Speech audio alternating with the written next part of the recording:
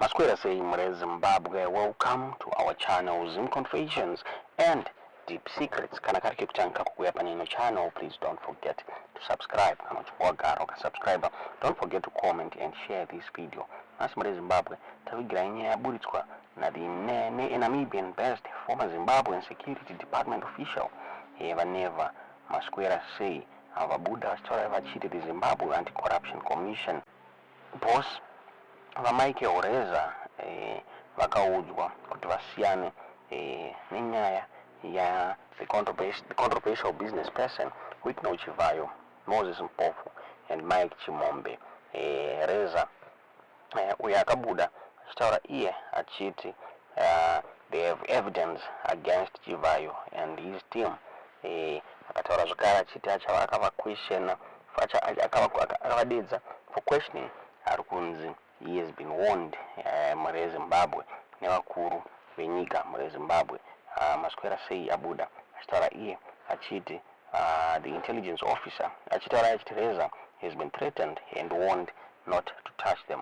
Akabuda on his ex and achitaura achiti our team in Harare has gathered Michael Reza of the Anti-Corruption Commission was told by some powers to not get excited in his new position as the ZACC chairperson. It is said one lady named Auxilia was breathing fire, making phone calls over the weekend.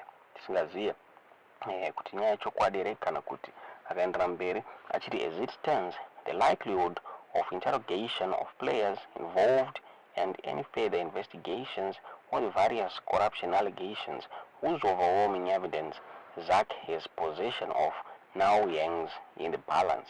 So those privy to finer details say the cases involve the presidency. Tisingaziye kuti munoona sei nyaya iyi yataurwa naNeva Mashura sei achitaura iye achiti the newly appointed Zimbabwe Anti-Corruption Commission boss vaReza vapiwa warning vachinzi ndavasaite excited with this matter muri Zimbabwe.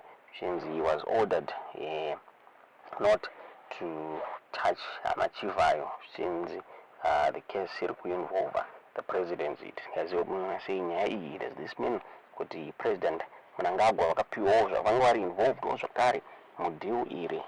Ndofunga Mike Chimombe pamwe chete naMoses Mpofu nezuro vakazvipresenta at the Zimbabwe Anti-Corruption Commission offices for questioning.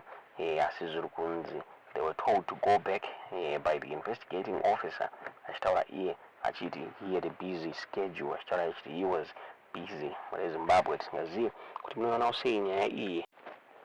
Kutaura kwatiri kuita the newsworks yakabuda achitaura pamusoro penyaya iyi. Achitaura iyo vachiti the two local businessmen Mike Chimombe and Moses Mpofu have left the Zimbabwe Anti-Corruption Commission offices without being interviewed. As their cases investigating officer Henry Chipkwanya said he was too busy with another case.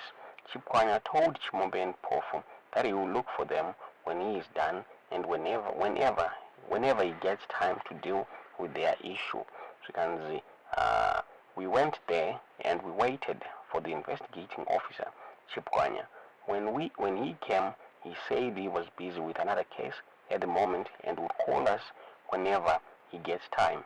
A representative of Mike Chimombe and Moses Mpofu told the newsworks through a poster on their ex-handle, a poster zakari, another poster story vachiti the president is under pressure.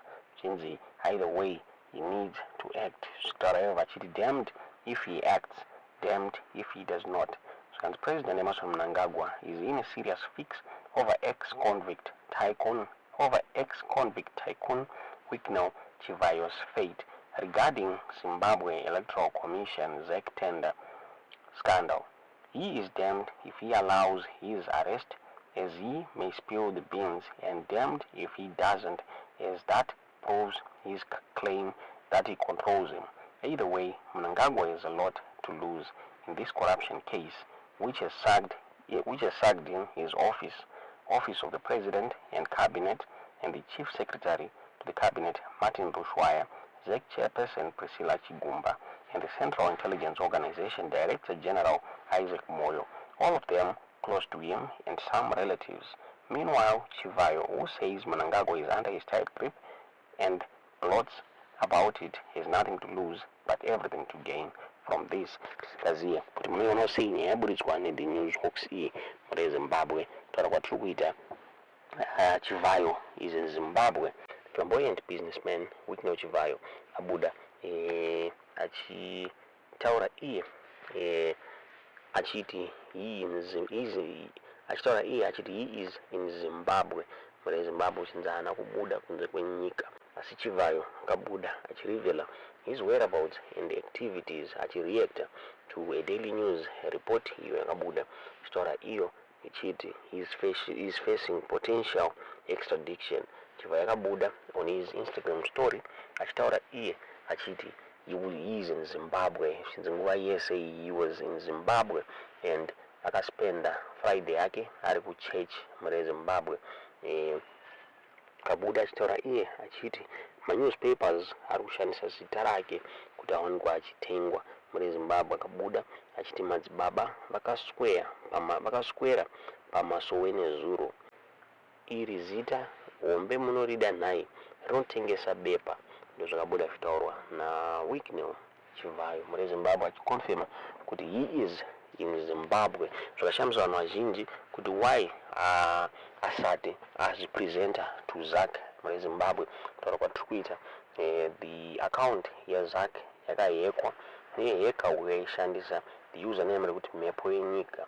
Akabuda achitaura achiti the senior ZACC akabuda achiclaima achiti he is a senior ZACC employee and he has taken control of the ZACC X account. Akabuda achitaura achiti the Zimbabwe Anti-Corruption Body iri reluctant to arrest Chivhayo. Kabuda achitaura achiti I can no longer stay silent while our nation is destroyed by corruption at the highest level. Instead of arresting and charging Chivhayo for his serious crimes, we are pressured to focus on distractions kuitiswa zvembudzi #zvembudzi while we have evidence to nail the true kingpin. Ndozvakabuda zvitauro paris ex-yendo muri Zimbabwe. Zvashamisa vanhu vazhinji, vamwe vachitaura vachiti zvishwa ZACC is a toothless bulldog. Vamwe vachitaura vachiti Chivhayo is not going to be arrested nekuda kwekuinvesta kwaakaita muna president Emerson Mnangagwa. Zvinhu zvakatengera zvakare mabig fish mota muri Zimbabwe achivabraiba zvakare. Zvikanzi this issue iri kuinvolva vakuru venyika zvinova ministers harimo mumadeals aitwa naWhitney Chivhayo.